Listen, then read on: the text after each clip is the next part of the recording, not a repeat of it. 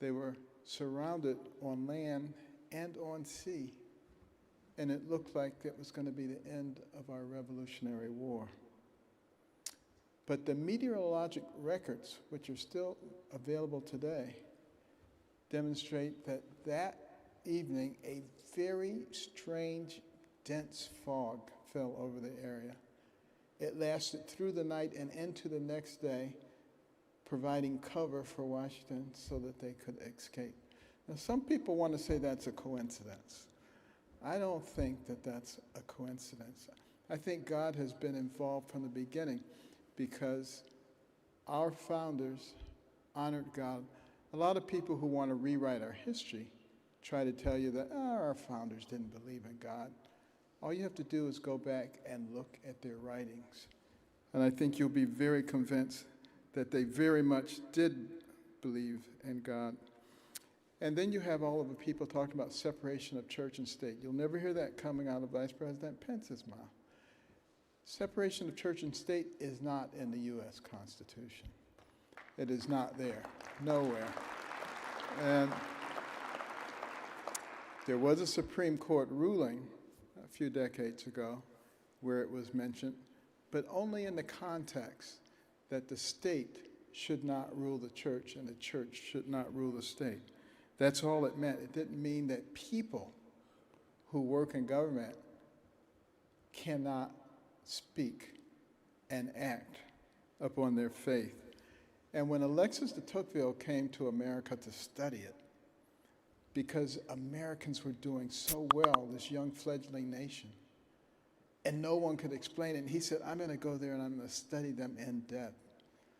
And in the last chapter of that 2-volume set, he talked about the influence of the church, the fiery pulpits, which gave the people their courage and their moral rectitude enough to be able to defeat the most powerful military force in the world. So faith is a big part of us. It's a big part of us as individuals, too, if we stop and examine our lives. I remember when I was a young attending neurosurgeon, and I thought I was pretty hot stuff. And there came this young child from Georgia. He was 4 years old. He was a child prodigy.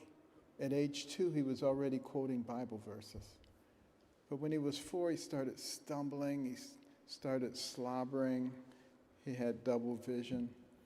And he was diagnosed with malignant brainstem tumor. And they saw many people, everybody gave him the same diagnosis, told him to take the boy home, keep him comfortable, and let him die. And they ended up at Johns Hopkins. And I remember seeing that boy come into the ward, rolled on a stretcher.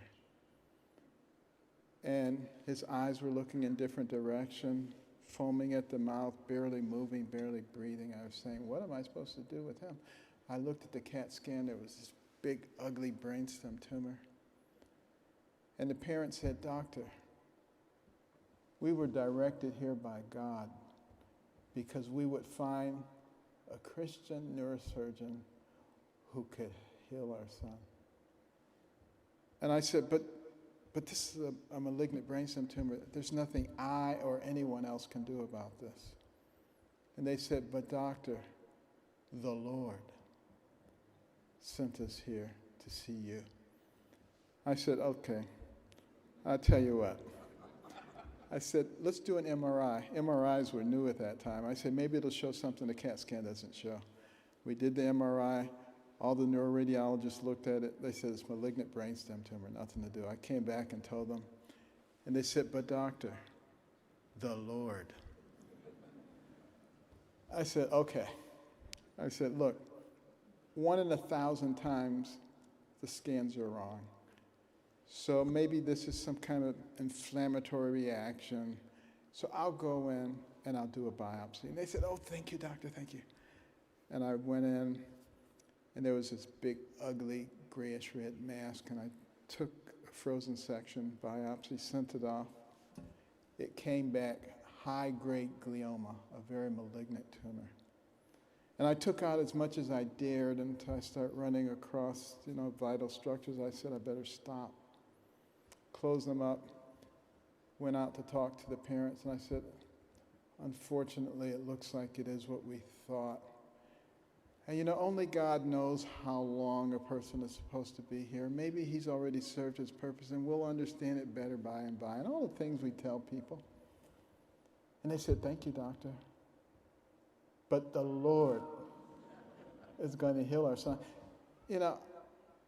As I walked away, I was thinking, I've never seen people with that kind of faith, fully expecting over the next few days he would deteriorate and die. But instead, his eyes started looking in the same direction. He started handling his secretions. I said, what's going on? I said, let's do another MRI. And we did, and there was still a big, ugly tumor. But there was a little ribbon of tissue way up in the corner. And I said, is it possible that maybe this was not in the brainstem? It just crushed and displaced the brainstem? Maybe I should go back in. And they said, by all means. And I went back in, and the nature of that tumor was different. And as I peeled it away layer by layer under the microscope, I got to the last layer and pulled it away. And there was a brainstem, glistening white, intact, smashed and displaced. Long story short, that boy walked out of the hospital, and today he's a minister. But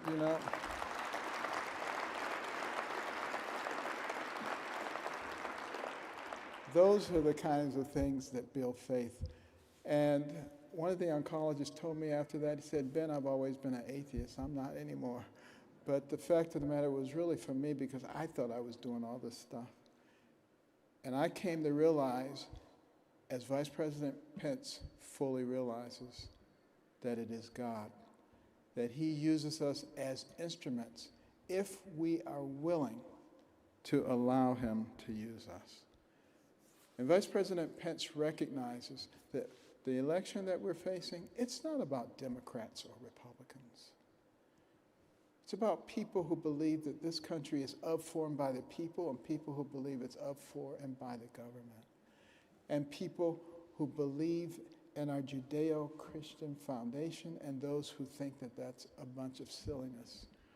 And it is so important for people to recognize that this is about not a person or personality. This is about concepts. This is about the future for our children and our grandchildren. We cannot be thrown off because we don't like somebody or the way that they say something. That's really taking the small view. And that's something that our vice president does not do.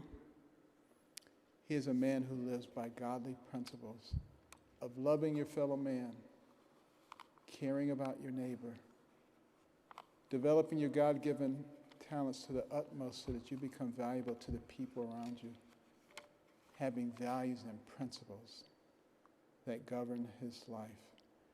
And we are very, very fortunate to have with us today the 48th Vice President of the United States, Michael Richard Pence.